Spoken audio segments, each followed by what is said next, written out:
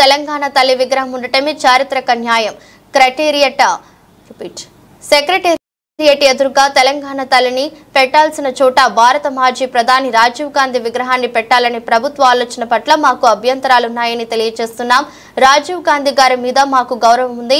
నగరంలో ఆయన విగ్రహం పెట్టాలని ప్రస్తుత తెలంగాణ ప్రభుత్వ ఆలోచన పట్ల మాకేబీ అభ్యంతరం లేదు.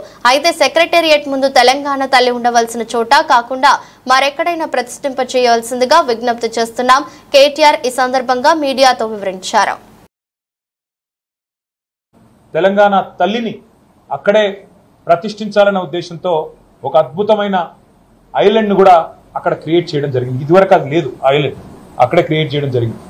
చేసి ఆనాడు దశాబ్ది ఉత్సవాల్లోనే నిర్ణయం తీసుకున్నాం అక్కడ తెలంగాణ తల్లిని ప్రతిష్ఠించాలని. కానీ ఈరోజు కాంగ్రెస్ పార్టీ ఎంత కుసంస్కార పార్టీ అంటే ఆ ముఖ్యమంత్రి జై తెలంగాణ అన్నాడు, అంబేద్కర్ విగ్రహానికి దండేయుడు, 125 ఫీట్ల ఎత్తుల్లో ఉండే అంబేద్కర్ విగ్రహాన్ని కనీసం స్వతంత్ర దినోత్సవం నాడు కానీ 14 ఏప్రిల్ నాడు ఆయన జయంతి నాడు కానీ కనీసం అక్కడ లైటింగ్ ఏర్పాటు చేయరు, కనీసం పరిశుభ్రత కూడా పాటించరు.